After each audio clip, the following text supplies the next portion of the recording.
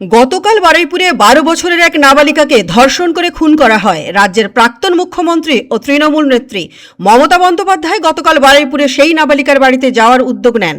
এমনটাই দাবি করেছিল তৃণমূলের দলীয় সূত্র। তবে বাড়ি থেকে বেরোনোর পর নিরাপত্তাজনিত কারণ দেখিয়ে তাকে রাজ্য প্রশাসনের তরফ থেকে তাকে যেতে দেওয়া হয়নি। তৃণমূলের পক্ষ থেকে এমনই অভিযোগ করা হয়েছে। দলীয় সূত্র জানিয়েছে, এই ঘটনার পর থেকেই কালীঘাটে মমতা বন্দ্যোপাধ্যায়ের বাড়ির সামনে অতিরিক্ত পুলিশি নিরাপত্তা এবং কেন্দ্রীয় বাহিনী মোতায়েন করা হয়েছে। বিষয়টি নিয়ে রাজনৈতিক মহলে শুরু হয়েছে জোর আলোচনা। তবে আজ সোমবার সকালে কালীঘাটে তার বাড়ির সামনে চিত্র ছিল একেবারেই অন্যরকম। সকাল থেকে এলাকায় তেমন বড় পুলিশ মোতায়েন চোখে পড়েনি বলে স্থানীয় সূত্রে জানা গেছে। যদিও বাড়ির সামনে তৃণমূল কংগ্রেসের কয়েকজন কর্মী সমর্থককে উপস্থিত থাকতে দেখা যায়। গতকালের ঘটনাকে কেন্দ্র করে রাজনৈতিক চাপানোতর অব্যাহত রয়েছে।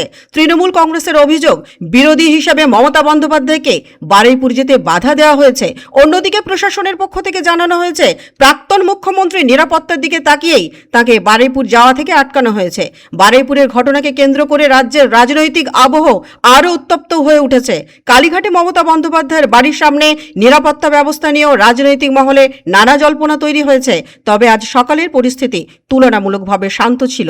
এলাকায় স্বাভাবিক পরিবেশই লক্ষ্য করা যায়। ব্যুরো রিপোর্ট, পূবের কলম ডিজিটাল।